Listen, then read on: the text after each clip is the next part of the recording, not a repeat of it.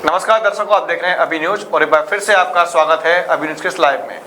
और आज हम बात करने जा रहे हैं कल से प्रारंभ होने जा रहे नव संवत्सर को लेकर के, जिसे कि विक्रम संवत कहा जाता है। कैसा होगा ये नव संवत आम जनमानस के लिए, भारत देश के लिए, और किस घड़ी में किस पल में ये प्रारंभ होने जा रहा है, ये बताने के लिए हमारे साथ में मौजूद हैं श्री जी पीठाधीश्वर मनीष शंकर शास्त्री जी, जिनसे हम जानेंगे कि आखिर नवरात्रों का प्रारंभ नव संवत के साथ ही क्यों होता है और किस प्रकार से ये नव संवत मनाया जाएगा, कैसा रहेगा लोगों का साल। स्वागत है मनीष जी एक बार फिर से आपका इस लाइव में। क्या बताना चाहेंगे, जो नव संवत यानी कि कल से प्रारंभ होने जा रहा है, ये कौन सा विक्रम संवत है? सबसे पहले हम अभी न्यूज के माध्यम से देश एवं विदेशों में रहने वाले समस्त सनातन धर्मावलंबियों को नव संवत सिद्धार्थी की हार्दिक शुभकामनाएं प्रदान करते हैं। हम सनातन धर्मावलंबी हैं, सनातन धर्म को मानते हैं। यह शास्त्र विधिमुच्च वर्तते काम कारतः, शास्त्रों की आज्ञा के अनुसार ही जीवन जीते हैं। हमारे यहाँ नव संवत का प्रारंभ रात्रि के अंधकार में नहीं होता है। हमारे यहाँ नव संवत का प्रारंभ सूर्योदय से माना गया है।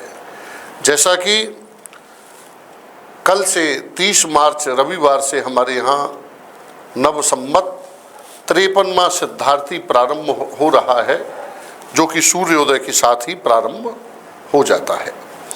इसी दिन ब्रह्मा जी ने सृष्टि की रचना की थी। जैसा कि शास्त्र आज्ञा करते हैं कि चैत्रे मासी जगद ब्रह्मा ससर्ज प्रथमे हनि शुक्ल पक्षे समग्रे तु तदा सूर्योदये सति। हमारे यहाँ सूर्योदय से ही नव संवत का प्रारंभ माना जाता है।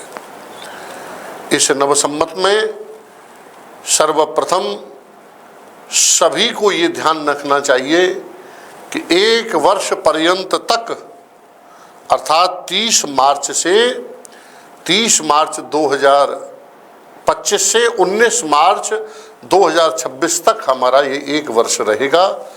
यह वर्ष सभी के लिए शुभ फलप्रद कैसे होगा, इसके लिए पवित्र गंगा, श्री यमुना आदि सलिलाओं में स्नान करके द्यौत वस्त्र अर्थात नवीन वस्त्रों को धारण करके यह संकल्प करना चाहिए कि ममो सकुटुम्बस्य सपरिवारस्य स्वजन परिजन सहितस्य आयु आरोग्य ऐश्वर्यादि अभिवृद्ध्यर्थम वर्ष पर्यंत सकल शुभ फलोत्तरोत्तरा अभिवृद्ध्यर्थम ब्रह्मादि संवत्सर देवता नाम पूजनम अहम करिष्ये।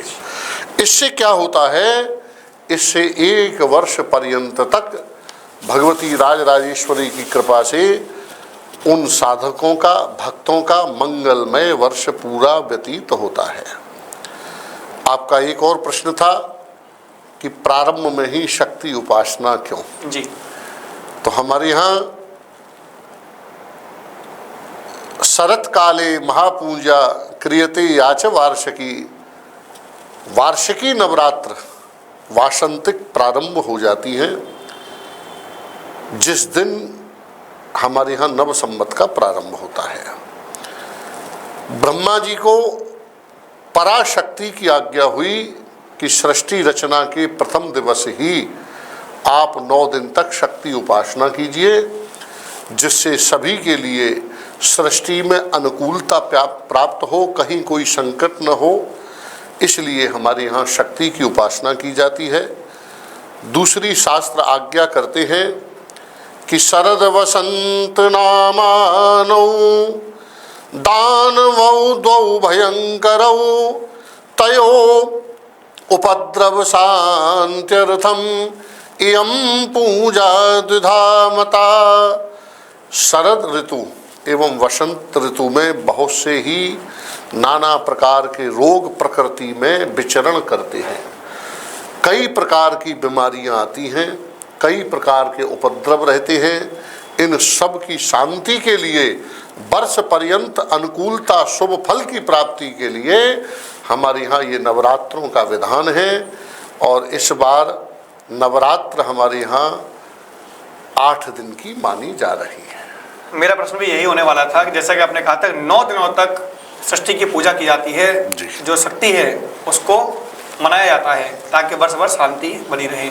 लेकिन अब की बार जो नवरात्रि हैं वो 8 दिनों के हैं, एक दिन का जो यहाँ पर क्षय हो रहा है, तो इससे क्या कुछ लाभ होते हैं, क्या कुछ हानि होती है? आपका प्रश्न बहुत ही सुंदर है। हमारे यहाँ 30 मार्च से नवरात्र प्रारंभ है, जो 6 अप्रैल राम नवमी के दिन जिनका विश्राम दिवस है। जी। तिथियों की गणना के अनुसार तिथि कभी घटती है कभी बढ़ती है। इसमें हमारे यहाँ तृतीया तिथि का क्षय है। प्रतिपदा तिथि 12 बजे तक है। हम विशेष बात आपके माध्यम से कह रहे हैं कि घट स्थापना का जो शुभ मुहूर्त रहेगा वो 9 बजे से और 12 बजे तक रहेगा। उसके उपरांत में घट स्थापन का मुहूर्त नहीं बन रहा है, क्योंकि 12:49 तक प्रतिपदा तिथि है। तो इसमें रेवती नक्षत्र ऐश्वर्य योग में घट स्थापना करें, और घट स्थापना के साथ साथ जब नवरात्रों का प्रारंभ हो जाता है तो एक तिथि की अगर गणना घट भी जाती है तो हमारे यहाँ आचार्यों का ऐसा मत है कि वर्ष में प्रकृति के लिए वह अनुकूल नहीं होता है। संख्या की तिथि की वृद्धि हो उसको शुभ माना जाता है, और अगर घटती है तिथि तो उसको उत्तम नहीं मानते हैं। परंतु देवी भागवत और आगम शास्त्र ऐसी आज्ञा करते हैं कि हमारे यहाँ 9 दिवस का ही पूजन होता है। उपासना 9 दिन की ही होती है, ध्यान रखना। नव भी रात्र भी संपद्यते इति नवरात्रः। नवरात्र किसे कहते हैं? जिसमें 9 दिन पूजा विशेष आराधना हो। तो इसलिए अगर एक तिथि का क्षय भी होगा, परंतु आराधना पाठ जप उपासना ये 9 दिन के ही होकर के चलेंगे। एक दिन पूर्व में ही डबल क्रम करके डबल पूजन अर्चन करके 9 दिवस का ही पूजन उसको मान लिया जाता है। वर्ष कैसा रहेगा? नक्षत्र जो होते हैं, राशियां होती हैं, उन किस राशि पर कैसा फल प्राप्त करने वाला है ये वर्ष? देखिए, इस वर्ष में जो प्रवेश वर्ष कर रहा है तो हमारे यहाँ राजा सूर्य हैं, और भगवान की ऐसी कृपा है कि मंत्री भी सूर्य हैं। तो ये वर्ष वैसे देखा जाए तो शुभ फलप्रद रहेगा। बारिश की दृष्टि से देखें तो बारिश भी अच्छी है, पर्याप्त है। परंतु अगस्त के महीने के बाद में कुछ ऐसी स्थितियां बनेंगी कि जिसमें बड़े राजनेताओं की हानि है, कहीं कहीं भूकंप इत्यादि है। ऐसी स्थितियों का योग भी इस वर्ष में है। राशियों पर कैसा प्रभाव रहेगा? राशियों पर इस वर्ष का जो प्रभाव है, सिंह राशि के लिए उत्तम है, और मिथुन राशि के लिए मध्यम है, वृश्चिक राशि के लिए उत्तम है, मीन राशि के लिए मध्यम है, मेष वृष राशियों के लिए थोड़ा सा समय भगवत आराधन से ही ठीक रहेगा। हम यह भी आपके माध्यम से बताना चाहते हैं कि इस वर्ष में संपूर्ण 4 ग्रहण हैं, जिसमें से भारत वर्ष में 2 ग्रहण ही दिखेंगे। एक 7 सितंबर 2025 में, दूसरा 3 मार्च 2026 में। ये दोनों ही चंद्र ग्रहण रहेंगे। विशेष करके शक्ति उपासना करने मात्र से ही सभी के लिए ये वर्ष शुभ फल में रहता है। तो दर्शकों, आपने देखा किस प्रकार से कल से प्रारंभ हो जा रहा है नव संवत्सर, जो कि आपकी बार है विक्रम संवत 2082। महाराज जी, अगला जो लास्ट आखिरी प्रश्न है कि विक्रम संवत 2082 जरूर है, लेकिन इससे पहले कौन से संवत हुआ करते थे? ये प्रश्न भी आपका बहुत अच्छा है। देखिए, विक्रमादित्य ने जब देखा, और विक्रमादित्य सनातन धर्म को मानते थे, भगवान के परम भक्त थे, तो उन्होंने इसी दिन से ही प्रारंभ नव संवत का माना है। उससे पूर्व में युधिष्ठिर आदि के नाम से विक्रम संवत जाने जाते थे, जिसको हम अब नया संवत कहते हैं। उससे पूर्व में भगवत भक्त हुए हैं, नल संवत आदि भी हुए हैं, और ब्रह्मा जी के ही और भी कई भगवत भक्त हुए हैं। ब्रह्मा जी के नाम पर भी संवत रहे हैं, तो भगवत भक्तों के नाम पर पूर्व में संवत रहे हैं। यह अब हमारे आपके यहाँ जो कलयुगे कल प्रथम चरण, कलयुग के जो प्रथम चरण से ये जो प्रारंभ क्रम हो रहा है, ये सब भगवत कृपा से ही एक विधि के विधान के द्वारा ही सारा जो एक प्रक्रिया है धर्म की, उसी की ही अनुकूलता से और भगवत कृपा से ही हम पूरा संपूर्ण सनातन धर्म का जो क्रम है वह पूरा क्रम चलता ही रहता है।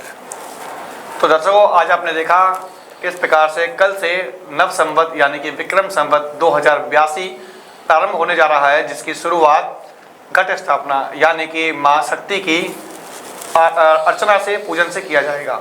और शुरुआत में ही नवदुर्गा चैत्र मास से प्रारंभ हो जाती हैं। तो आपको बताने के लिए आज मौजूद थे हमारे साथ में एक बार फिर से श्री पीठाचार्य श्री मनीष बाबा महाराज, जिन्होंने आपको बताया इस पूरे हालचाल, पूरे साल का लेखा जोखा किस प्रकार से किन राशियों पर कैसा प्रभाव रहेगा, क्योंकि अब की बार इस विक्रम संवत वर्ष के राजा हैं स्वयं सूर्य और मंत्री भी हैं स्वयं सूर्य। ऐसी ही खबरों और जानकारी को देखने के लिए लगातार बने रहिए अभी न्यूज़ के साथ। जय श्री जी की।